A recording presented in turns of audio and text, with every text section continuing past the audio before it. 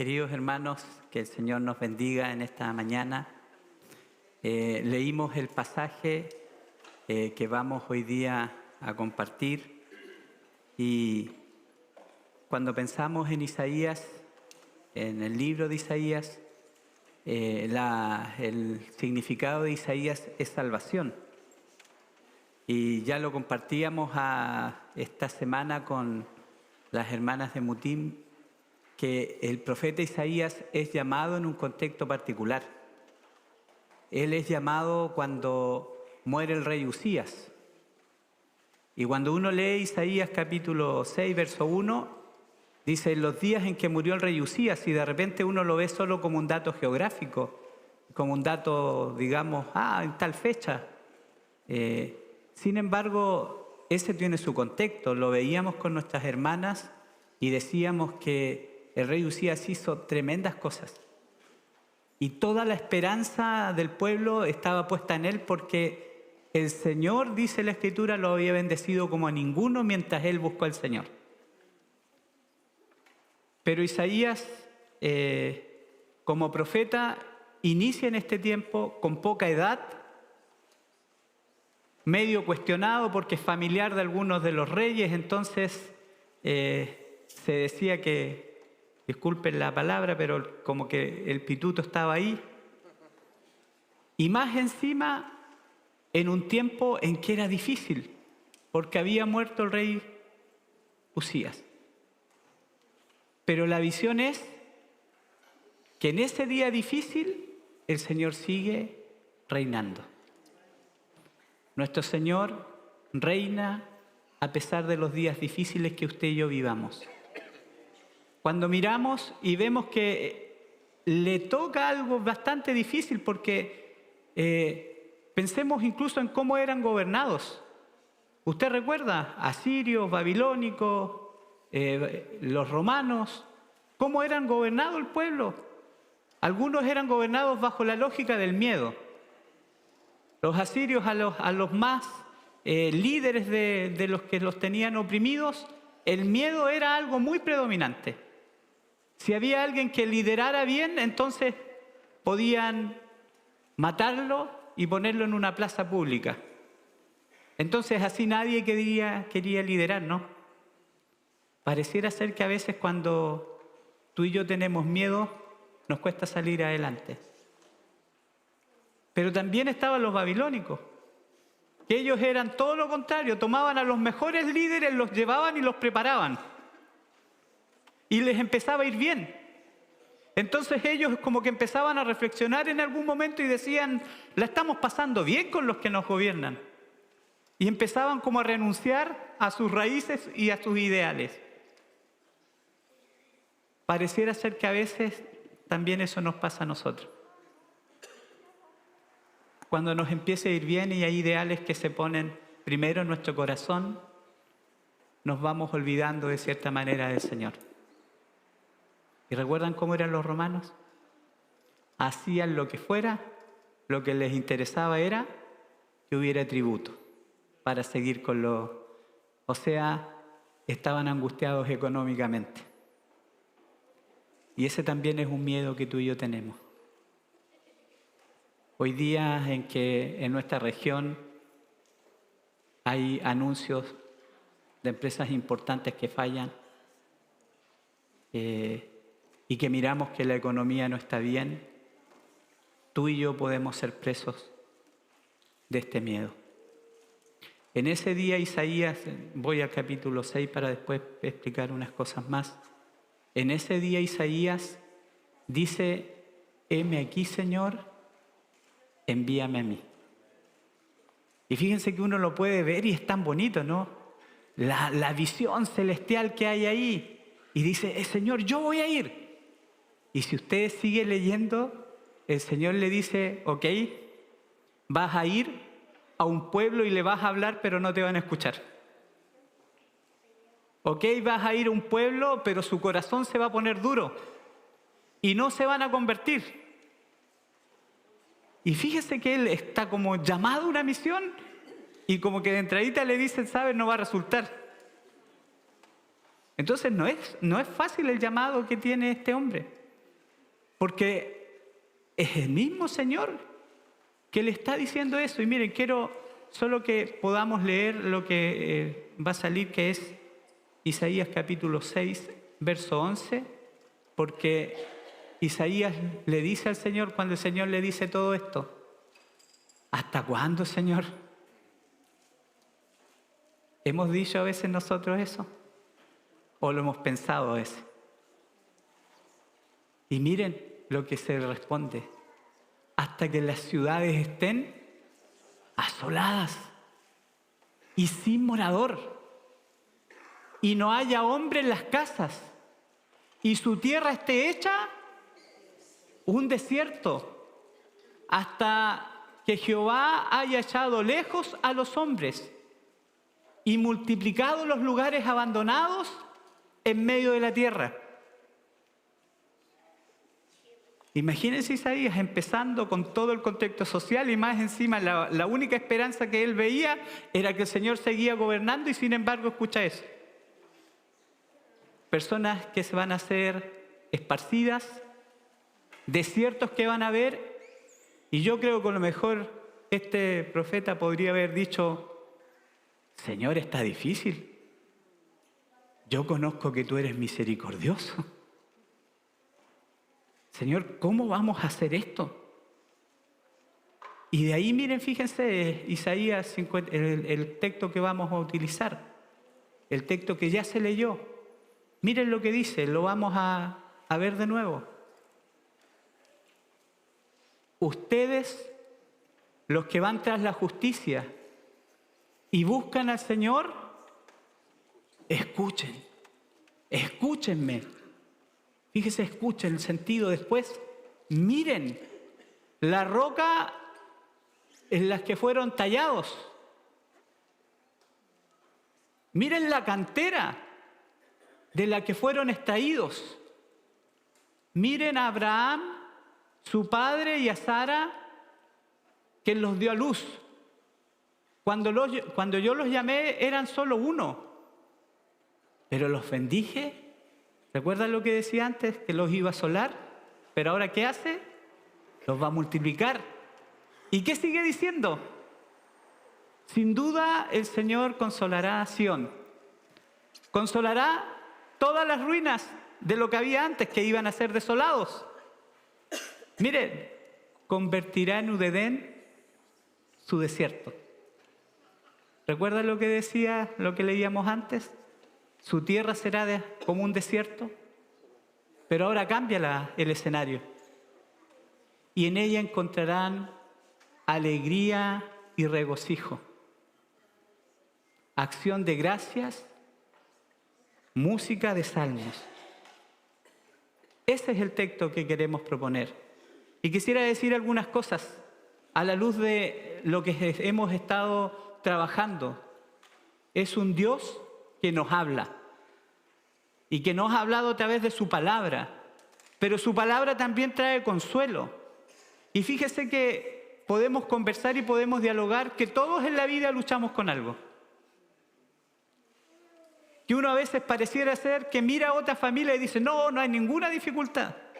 Pero todos tenemos nuestras luchas.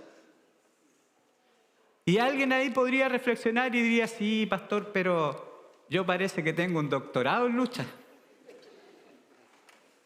Porque a veces pensamos y decimos como que se nos pasó la mano con algunas cosas que nos pasan en la vida. ¿Ha escuchado de repente desde la medicina que nos explican algo y dicen: este caso se da uno como en 1.000.000? ¿Y qué escuchamos? Y a mí me tocó. Había casi 1.000.000 de personas, pero a mí me tocó. Cuando estábamos esperando a la Camilita, mi esposa estuvo 45 días, la última hospitalización en el hospital regional. Y le dijeron que tenían que hacerle una amniocentesis. Y le dijeron algo parecido, no recuerdo cuánto tiempo. Existe la posibilidad de que a lo mejor la agujita algo, en vez de sacar el líquido amniótico, le den un poquito a ella y podíamos tener problemas. Y adivinen qué pasó. De ese tanto porcentaje le tocó a la Cami. Recuerdo que nosotros habíamos perdido un bebé entre el Cristóbal y la Camila y la llevaron rápido a urgencias y se demoraron un poco más y después llegó un médico y como que empezó a retar a las que estaban ahí, le dijo, la guagüita ya debe estar muerta. Recuerdo mi esposa, ella tomó su guatita y oró al Señor. Situaciones difíciles, ¿no?, que a veces nos tocan. Y que necesitamos el consuelo de nuestro Señor. ¿Cómo usted y yo vamos a vivir eso? ¿Cómo a veces pensamos en el sufrimiento? Y a veces pensamos y reflexionamos que en algunas ocasiones parte del sufrimiento que vivimos han sido decisiones nuestras, que no hemos incluido al Señor en aquello, que nosotros hemos tomado decisiones y a veces en algunas ocasiones muy difíciles. En otras ocasiones, hermanos, siendo muy honestos, el sufrimiento es un misterio. No sabemos por qué sufre la gente. Usted y yo, a lo mejor tendremos algunas preguntas al Señor cuando estemos con Él. ¿Por qué fue necesario sufrir en esto? ¿Por qué fue necesario que pasara de esta forma? Ante esto, en algunas ocasiones cuando, incluso por decisiones de personas que amamos, nosotros empezamos a sufrir, lo primero que nos nace es decir que hicimos mal. Señor, ¿dónde fallamos? ¿Qué hicimos mal? Cuando miramos el texto, fíjense cómo empieza el capítulo 51, verso 1. Dice, ustedes que buscan la justicia. Y no solo buscan la justicia, ustedes que buscan a Dios. Entonces a veces reflexionamos igual que algunos salmistas que están en la Escritura. ¿Y qué decimos? Decimos algo como, Señor, yo que te busco de corazón. Señor, yo que estoy en tus caminos y me pasa esto. El texto nos empieza a desafiar a decir algunas cosas en particular. Escucha. Si uno mira el texto bíblico, en 3 ocasiones, si lo cerramos, está la idea, escucha, mira, agradece, canta. Son actos que nos dice, ¿por qué? Porque hay una realidad superior, que a pesar del sufrimiento que usted y yo estemos viviendo, Dios sigue trabajando. Entonces, lo primero que quiero decir es, ¿qué vamos a realizar cuando tengamos sufrimiento? ¿Qué vamos a hacer para ver cuando el Señor quiera consolarnos? Vamos a mostrar una imagen que quisiera que pudiéramos ver. Cómo Dios nos consuela en nuestra vida y experiencia personal. Fíjense, cosas que tendremos que revisar y que las vamos a ver. Miren la roca en que fueron tallados, en la cantera de que fueron extraídos. Lo que está tratando de decir el texto es, miren el pasado. Miren cómo en el tiempo, si usted y yo recordamos, podemos llegar a una conclusión muy fundamental. Dios ha sido fiel. En nuestro pasado, Dios ha sido fiel. Que usted y yo estemos aquí es muestra de su fidelidad. Entonces, cuando empezamos a mirar el pasado, podremos recordar que Dios ha sido fiel si tuviéramos el tiempo para contar todo lo que Dios ha hecho en nuestra vida. Cómo su misericordia se renovó cada mañana. Entonces, cuando miramos el pasado, sí, el texto nos invita, pero tendremos que hacerlo en códigos de gracia, en códigos de misericordia, porque a veces cuando miramos el pasado, solo recordamos el daño que nos han hecho. Pero si miramos nuestras cicatrices, podremos ver el daño o el proceso de sanación que Dios ha hecho en nuestra vida. Y podemos decir que somos lo que somos por las historias que atrás llevamos y por la misericordia de nuestro Señor. Entonces, ante esta idea del Señor que quiere consolar nuestra vida, tendremos que mirar el pasado con códigos de gracia y ver que todo lo que el Señor ha hecho. ¿Recuerdan incluso algún momento, incluso a veces hasta de escasez económica? Pero éramos tan felices y no nos dábamos cuenta de que su misericordia estaba cada mañana. Entonces nos hace mirar el pasado, nos hace mirar incluso el texto desde los padres de Abraham y Sara. Pero también debemos recordar cómo ellos vivieron la fe. Incluso recordemos solo un hecho, qué significaban los nombres de ellos. Padre de multitudes, princesa. Imagínense eso. Abraham estaba como en la esquina conversando con sus amigos y salía su mujer a llamarlo y le decía: Abraham, no tenía ningún hijo, ya era mayor. Y ellos sabían qué significaba aquello. Padre de multitudes, ¿qué pensarían los amigos? Esta está loca. ¿Cómo se le ocurre? Como que hay un sentido del humor muy extraño. ¿Cómo llamarle padre de multitudes a una persona que no puede? ¿Y cómo le contesta él? Pasa de Sarai a Sara. ¿Y qué significa Sara? Princesa. Una mujer que para ese contexto, si no tenía hijos, hasta la salvación perdía. Que era considerada menos persona por aquello. Y él seguramente le contesta y le dice: ¿qué quieres, Sara? Y ya los amigos ya casi querían reírse ahí. Porque sabían lo que significaba Sara. Princesa, mujer de alta estima. Entonces, cuando miran el pasado, podemos ver incluso que lo que usted y yo somos hoy día tiene que ver con rodillas de grandes mujeres y hombres de Dios que nos tomaron en la fe. Entonces, ante el sufrimiento, miremos el pasado y veamos que Dios ha sido fiel. Pero si miramos y seguimos viendo, también los desafía el presente. Por favor, muéstrala para... ¿sí? Ustedes, dice, los que van tras la justicia y buscan al Señor. No es solo mirar el pasado, sino mirar el presente. En el presente, los que siguen la justicia, verso 1. Es decir, los que estamos buscando al Señor hoy día, sigamos buscando al Señor, porque a veces tú y yo miramos todo en base a los resultados. ¿Cómo lo estamos haciendo? Miremos los números, ¿cómo nos va? Pero no buscamos ¿en qué? En base a que nosotros, tú y yo, tendremos que buscar al Señor siempre. Buscar su justicia. ¿Y qué dice buscarle a Él? Ayer conversábamos con los jóvenes en la tarde, estaba bien interesante la actividad y decían: ¿cómo vamos a definir éxito? ¿Cómo vamos a definir felicidad? Y buscábamos y decíamos que la única forma era siendo fieles al Señor en lo que nos toca vivir hoy día, aquí y ahora. Entonces miramos el pasado con alegría, en el presente nos concentramos en Dios. Porque cuando nos concentramos en Dios, empezamos a ver que Dios es más grande que el problema que usted y yo vivamos.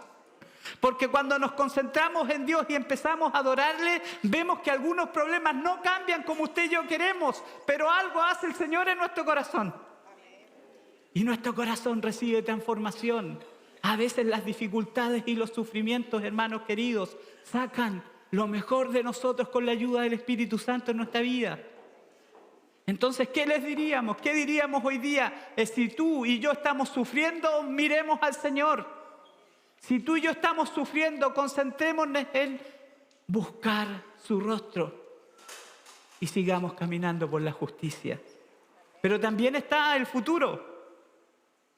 Y el futuro, el verso 3, ¿qué dice? Dice que las ruinas serán construidas de nuevo, que Dios nos consolará y que el desierto que tú y yo vivimos se va a transformar en un Edén.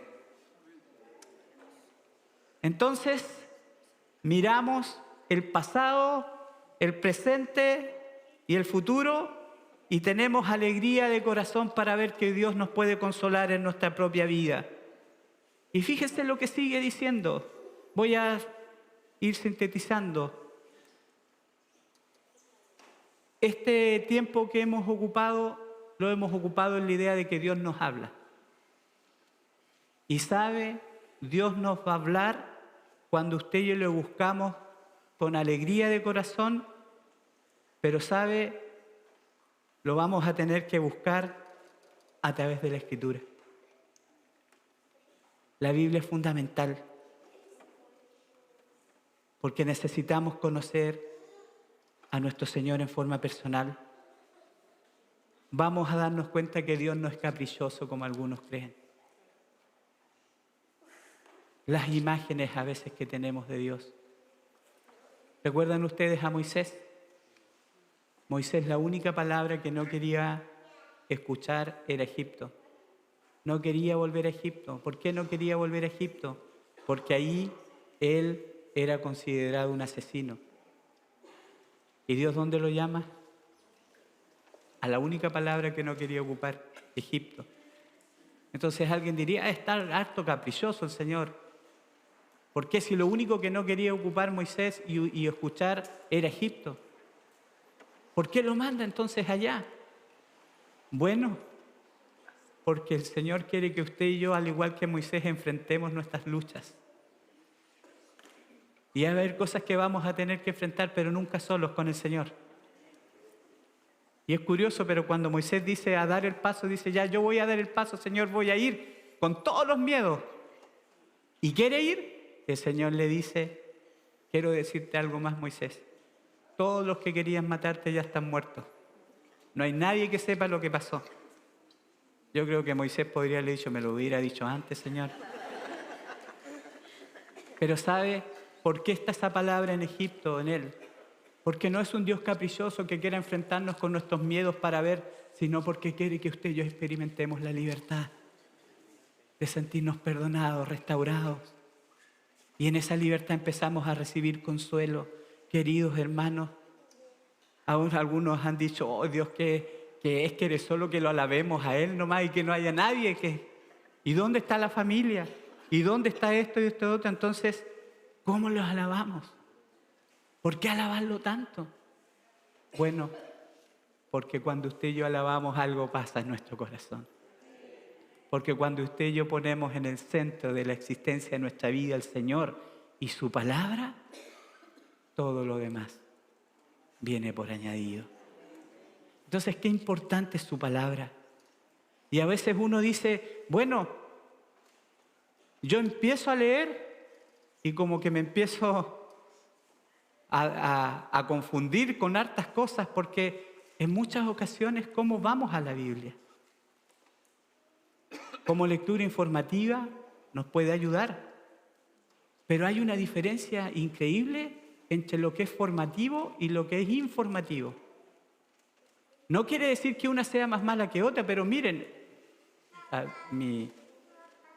mis ojos revelan que no logro ver bien, pero miren, lo primero, la lectura informativa procura a veces abarcar lo más posible, pero la que nos forma se enfoca a veces en pequeñas porciones. ¿Cuántas veces hemos querido ir a la Escritura solo desde el conocimiento, que no está mal, pero a veces la distancia más grande que usted y yo hemos tenido en la Escritura es de la cabeza al corazón? Y nosotros creemos que Dios nos habla y nos habla por su palabra. Entonces necesitamos tener un tiempo para enfocarnos en pequeñas lecturas. A veces lo vemos como un proceso lineal, pero ¿sabe? La idea es que profundicemos en lo que su palabra dice. Y tendríamos que hacernos una pregunta fundamental. ¿Qué es lo que Dios nos quiere decir con su palabra? Porque fíjense, no se trata de dominar el texto. Y no quiero decir que esto sea malo. Porque a veces tú y yo queremos buscar las informaciones, los años, lo que sea, pero no se trata de dominar el texto. ¿Sabe lo que queremos proponer? Que el texto nos domina a nosotros. Que su palabra nos habla a nosotros. Y a veces voy a decir algo que a lo mejor no es lo más correcto, pero a veces en el decir que el texto me hable, me va a hablar en mi propio contexto, en mi propia historia, en lo que yo estoy viviendo. Y alguien nos podría decir que un texto fuera de contexto es un pretexto para cualquier cosa. Pero ¿sabes? Si usted y yo estamos conectados con el Señor, va a haber un texto que nos va a iluminar el camino en lo que usted y yo estamos viviendo. Entonces, dejemos que el texto nos domine, porque el texto sabe lo que es un encuentro con su palabra. Y su palabra trae consuelo al afligido. Entonces, dejemos que el texto nos domine.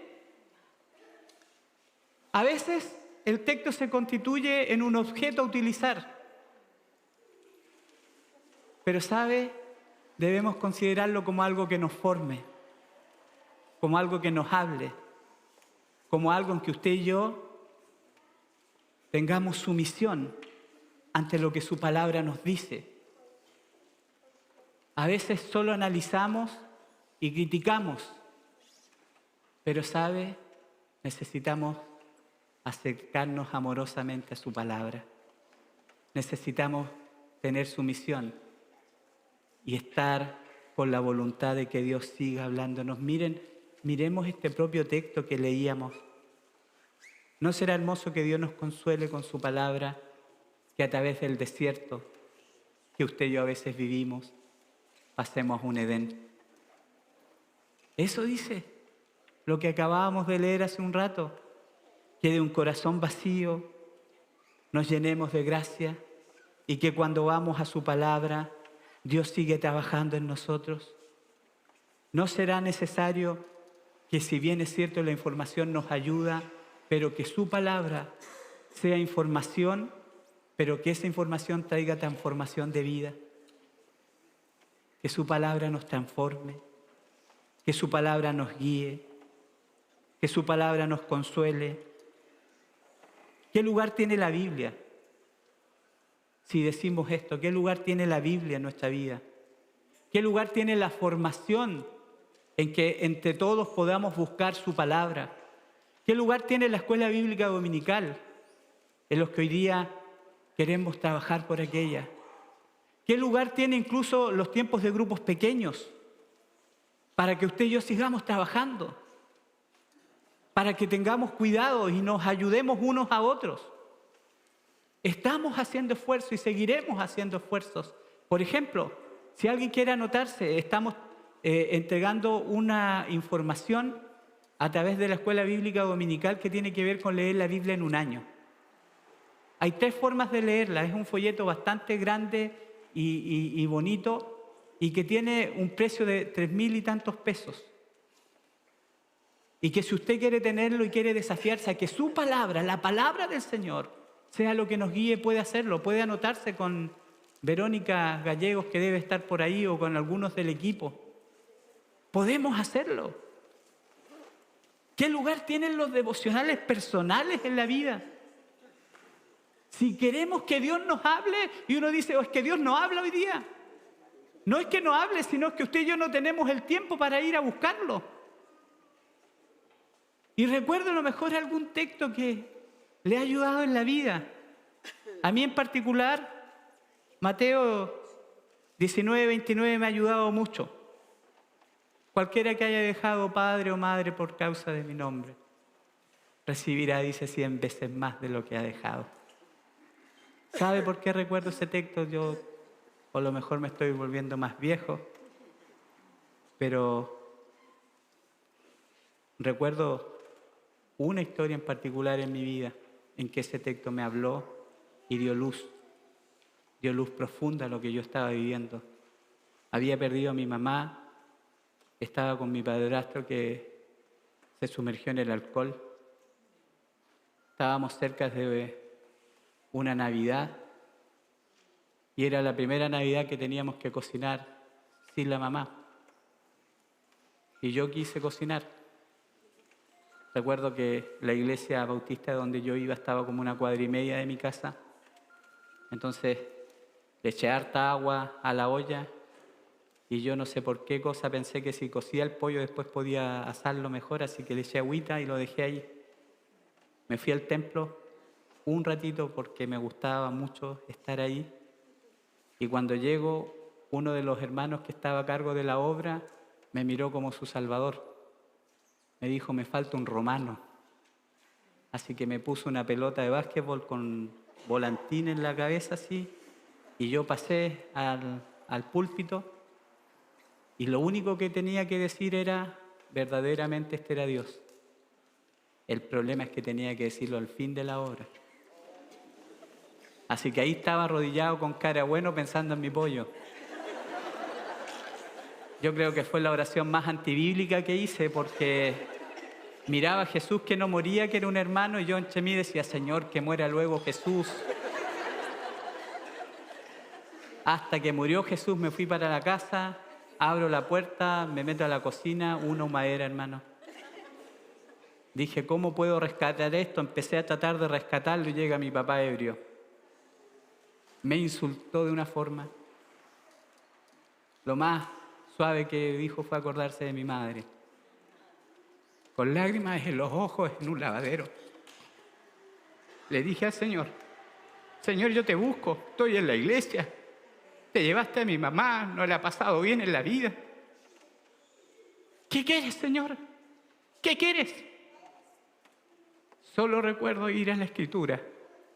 Y ese texto que les acabo de decir me iluminó la vida. Porque Dios está con los que hemos dejado algunas cosas por seguirle. Ahora, ¿por qué Dios me habló ahí? Porque yo ese texto lo tenía antes.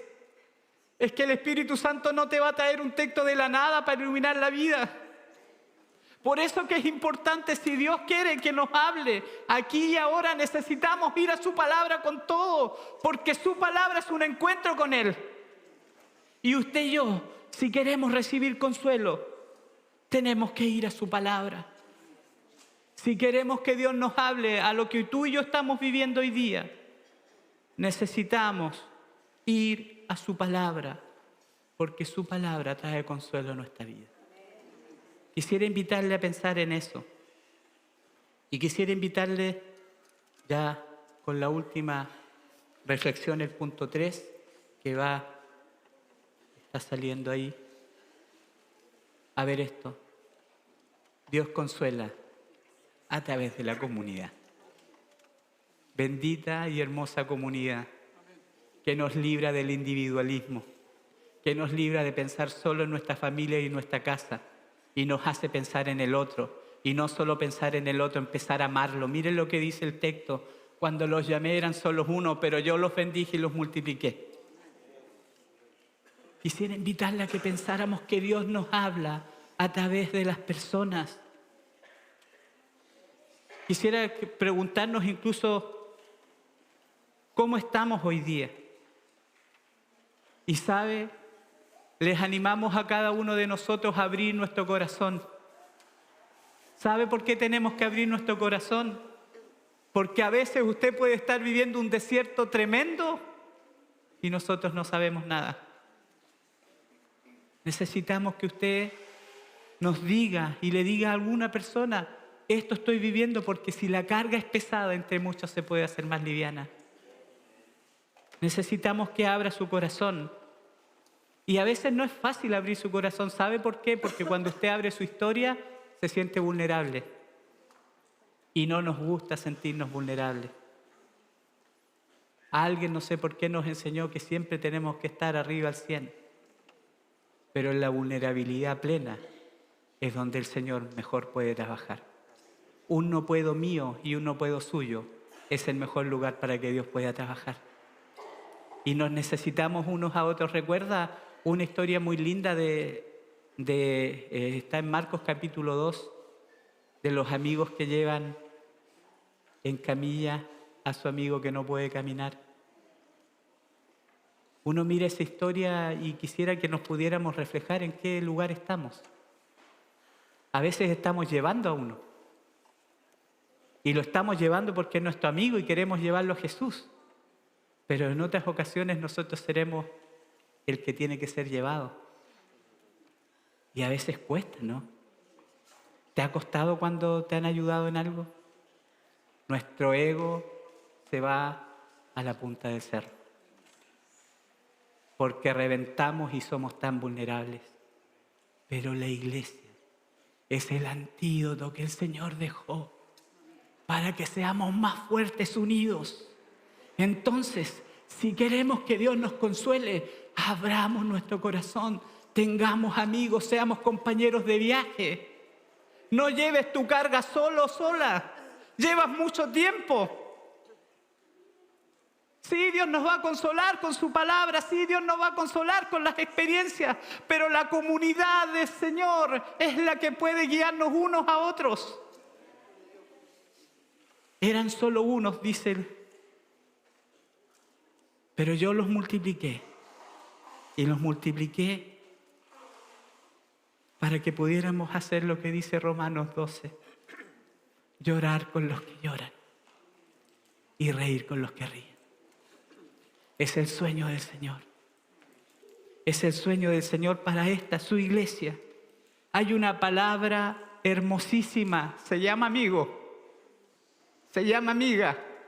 Y tienen que estar aquí. Tenemos que buscar amigos no solo para estar en el culto, sino para ser iglesia donde quiera que estemos. Y creemos que es clave que usted y yo pertenezcamos a un grupo pequeño para tener amigos que nos ayuden en el camino. Entonces, recordamos esta palabra hermosa y en nuestra vulnerabilidad no la vamos a ocupar para victimizarnos. Puede ser un riesgo, sino en nuestra vulnerabilidad la vamos a ocupar para estar tan conscientes de que somos vulnerables que necesitamos al Señor.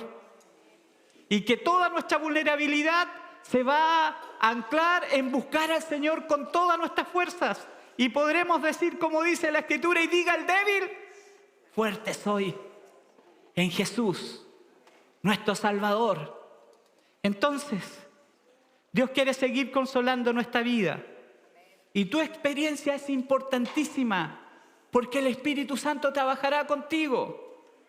Es importante que vayamos a su palabra, que su palabra esté en lo más profundo de nuestro corazón, porque Dios consuela a través de su palabra, porque no es ir a un libro, es ir a escuchar a Dios. Y Dios consuela a través de la comunidad. A veces hemos sentido abrazos tan fortificadores en nuestra vida. Sin duda, el Señor consolará a Sión. Sin duda. Migui, por favor. Sin duda, el Señor restaurará las ruinas que podemos tener en nuestros corazones. Hermanos, el Señor convertirá en un Edén tu desierto. Qué palabra más hermosa y consoladora. En huerto del Señor sus tierras secas, y en ella encontrarán alegría y regocijo y acción de gracia. Un corazón agradecido que se llena de su palabra hace la diferencia. Cuando hemos visto a personas que han sufrido tanto, sin embargo, están llenas de su palabra, y al estar llenas de su palabra tienen un gozo que es indescriptible. Quisiera invitarte a pensar en esto y decir que nuestro Señor consuela y necesitamos su consuelo en todo lo que usted y yo estemos viviendo, en todo lo que nos angustia. Y quiero invitarte en el nombre del Señor a que podamos recibir su consuelo, su gracia, que sobrepasa todo entendimiento. Si sientes que el Señor necesita trabajar en la búsqueda de su palabra, si sientes que la has dejado ahí, si sientes que a lo mejor has vivido tu lucha tan solo y sola y quieres abrirte a la posibilidad de expresar lo que está pasando en tu corazón, yo quisiera invitarte hoy día a que puedas pasar al altar. Solo vamos a orar, pero cuando oramos algo sucede. Pero cuando oramos y levantamos nuestras manos decimos que renunciamos a luchar nosotros, que no tenemos armas, pero que el Señor es el que nos defiende.